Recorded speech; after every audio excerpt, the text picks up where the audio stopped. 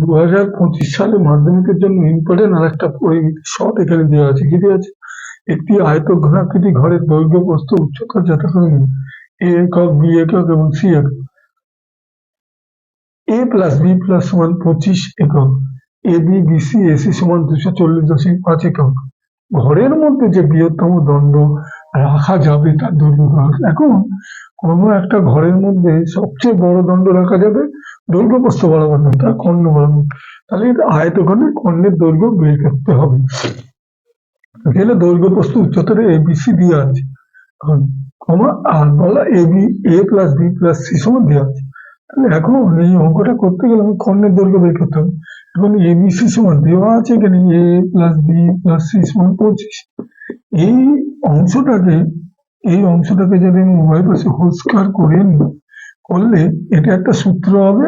আর এটা করলে এটা 25 25 625। আর এইটা যদি আমরা সূত্র করি A square B square C square plus original সূত্র হচ্ছে 2ab 2bc 2ac, এইটা সূত্র। এখন এখান থেকে যদি এই A square B square C square থাকলো, এখান থেকে 2abc কমন, ab 2 কমন নিই, তাহলে এই যে মানটা দেওয়া আছে আমি একটু এখানে ভেঙে সূত্রটা করলাম, একবারে তোমরা এটা করতে, তাহলে এই মানটা আমরা বসাতে পারবো।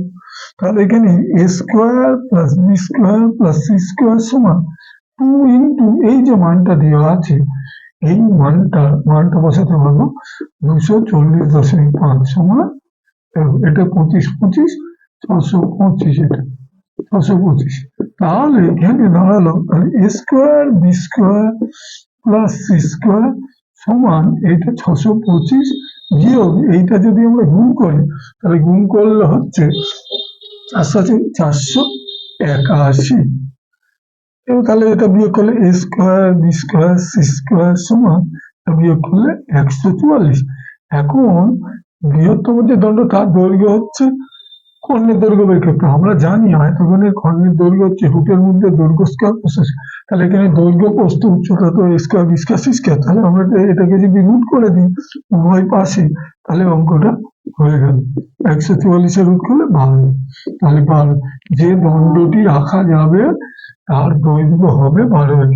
যে দণ্ডটি রাখতে হবে ঘরের মধ্যে, তার মানে এইখানে যেটা আমরা রুট করলাম, আমরা জানি মানে বৃহত্তম দণ্ড দৈর্ঘ্য প্রস্থ কোনো জিনিস জ্যামিতিক দৈর্ঘ্যের মধ্যে যদি কোনো সবচেয়ে বড় দণ্ড খণ্ড এরকম যদি বলে, তাহলে কর্ণের দৈর্ঘ্য। তাহলে আয়তঘনের কর্ণের দৈর্ঘ্য হচ্ছে রুটের মধ্যে দৈর্ঘ্য স্কয়ার প্রস্থ স্কয়ার উচ্চতা স্কয়ার, তাহলে বেরিয়ে গেল 12 একক। এখানে অঙ্কটা শেষ হয়ে গেল। এই উত্তরটা হবে 12 একক। দণ্ডটির দৈর্ঘ্য হবে 12 একক। এখানে উত্তর হবে